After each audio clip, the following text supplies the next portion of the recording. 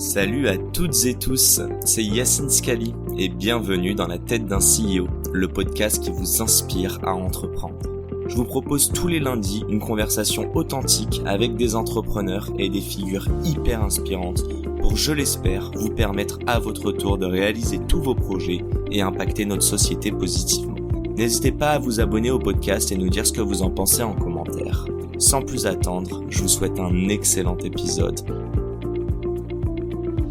Les amis, avant de vous présenter ce super podcast, je voudrais remercier notre partenaire du jour, c'est BNP Paribas Banque Privée. Pour rappel, aujourd'hui, 25% des startups échouent dès les 2 premières années de leur existence et c'est jusqu'à 50% au bout de 5 ans. Et justement, BNP Paribas Banque Privée a lancé plusieurs initiatives afin de les aider à consolider leur réseau et à adopter dès le début les meilleurs choix patrimoniaux. Le groupe BNP Paribas accompagne aujourd'hui 1/3 des PME et 2/3 des ETI françaises, mais aussi 85% du Next 40 et 78% de la French Tech 120. Vous pouvez demander un rendez-vous avec un banquier privé sur leur site internet, rubrique Prendre rendez-vous. N'hésitez pas également à les suivre sur les réseaux sociaux et en particulier sur Instagram @partnerinbusiness tout attaché.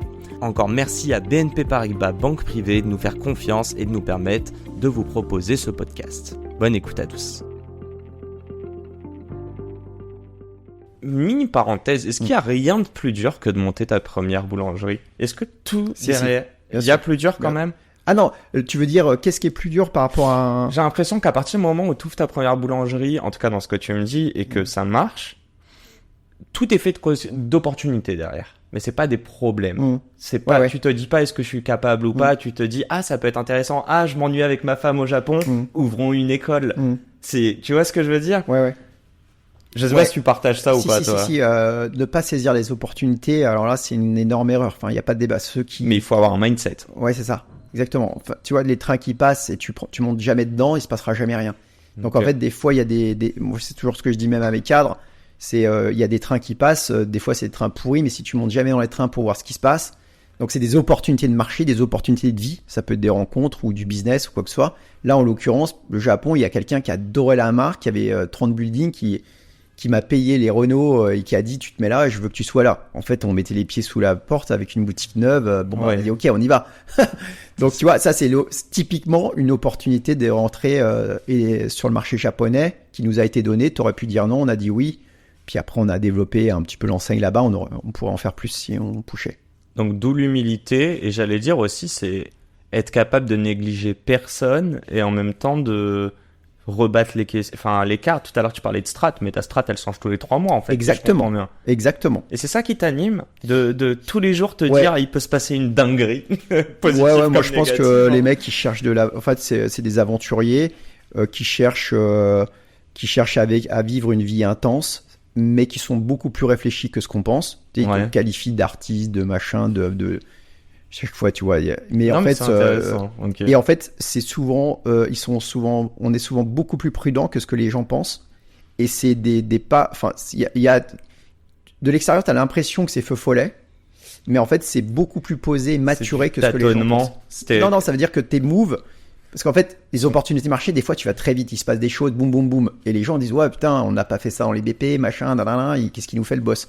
Mais en fin de compte, c'est des moves qui sont pesés, sous-pesés, c'est ça que je veux dire. Tu mets pas, tu mets pas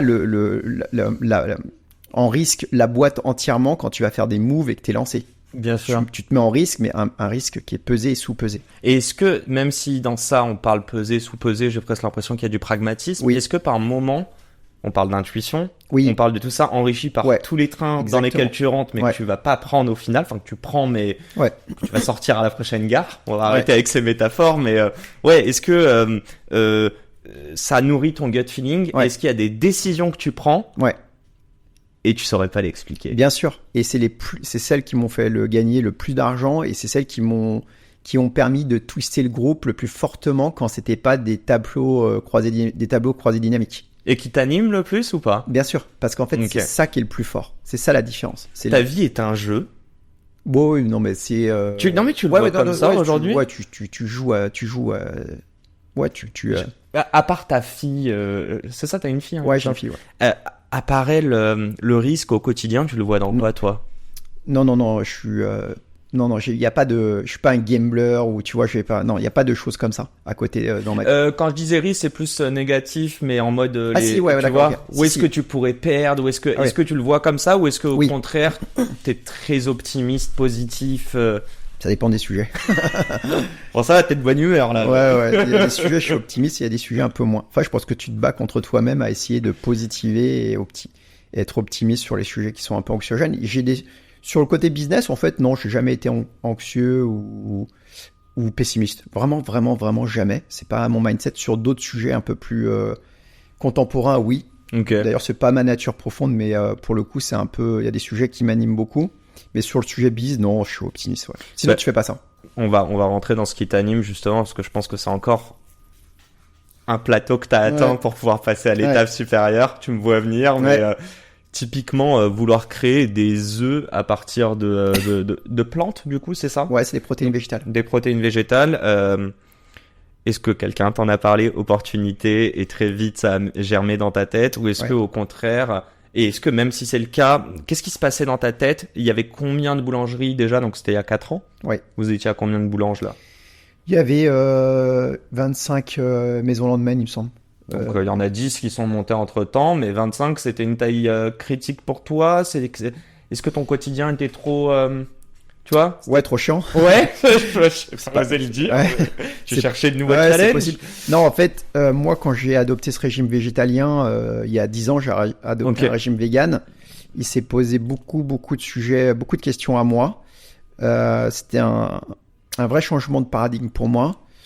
Et en fait, la porte d'entrée sur ces sujets, tu sais, éco, elle est rentrée par la porte du véganisme où j'ai découvert tous ces sujets de ressources planétaires, limites planétaires, climate change, collapse de la biodiversité, tous ces sujets-là. Ça, c'est que du perso, rien à voir avec le business. Exactement. Okay. Mais ça a fait évoluer ma conception des affaires. Et c'est ça que je veux dire. Parce qu'avant, j'étais focus sur, je crois de la valeur. Je suis un businessman. Point final. Je fais des valeur, affaires. C'est de l'argent.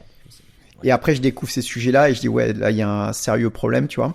Et donc, je commence à décortiquer tout ça, à me rendre compte que l'assiette, c'est prépondérant dans les gestes citoyens, que c'est un vrai sujet, la façon dont les gens se restaurent, et que moi, j'appartiens à cette branche qui est prépondérante, puisque la moitié des gestes éco-citoyens, pratiquement, c'est l'assiette.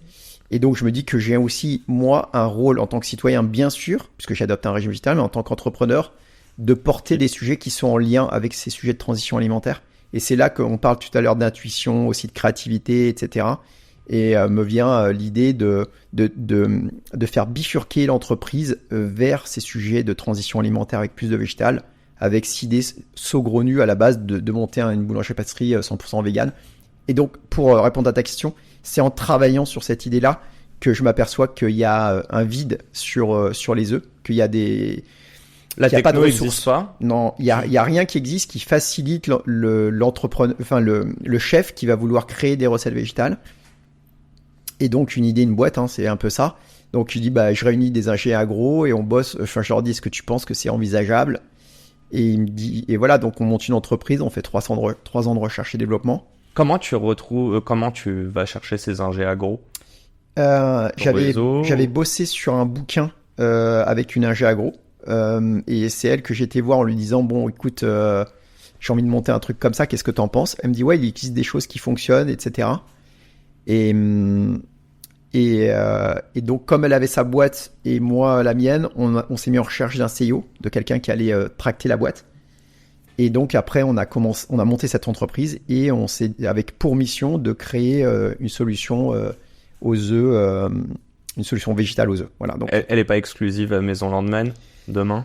Non, elle est pas exclusive. On la commercialise. On est dans 12 pays maintenant. Okay. On est une dizaine de collaborateurs. Okay. Et je te disais, on est en série A pour continuer à faire croître l'entreprise. Donc, une startup, c'est une idée. D'abord, une idée. Donc, ça m'a appris beaucoup de choses aussi sur les affaires, parce que moi, je faisais des affaires de façon assez entre guillemets basique. J'allais te dire, tu vois une différence avec aujourd'hui la startup.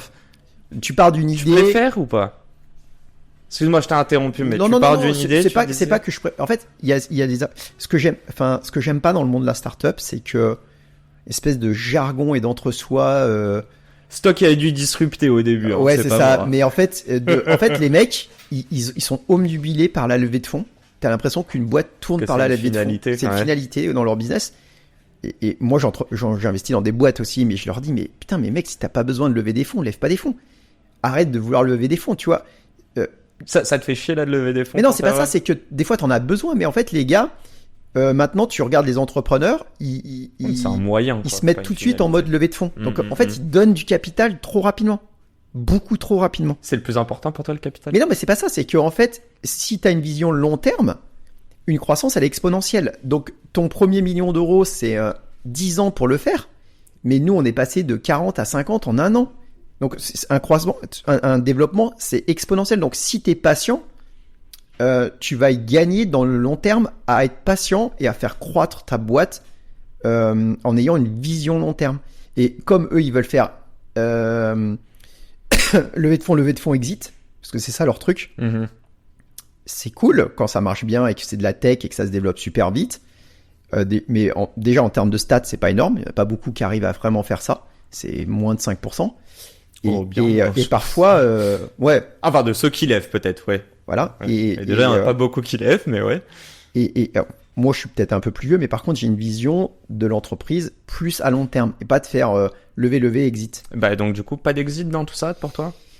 C'est pas ça, c'est quoi l'objectif? Si tu veux nous expliquer un petit peu à travers bah cette déjà, entreprise. moi, je suis aux manettes du groupe depuis 16 ans. Donc déjà, c'est long dans le milieu de l'entrepreneuriat aujourd'hui. Les mecs, ils font des fois, ils font un exit en 5, 7, 8 ans, tu vois, ils vont très vite. Mais si on décorait le Maison Landmen et justement, j'ai oublié le nom, je suis désolé. Lionel Monkeys, la boulangerie, Yumgo, la startup. Yumgo. Yumgo, je mets un Yum pour Yummy et Go pour Tamago, c'était sûr. Tamago, c'est ce que tu m'as dit tout à l'heure. Mince, j'ai pas la meilleure des mémoires. Passons donc. Yumgo, ouais, c'est ça, faut l'afficher. Et oui, juste comprendre. Si tu sépares de Maison Landmen, est-ce que t'as ou en fait c'est pas séparé pour toi concrètement?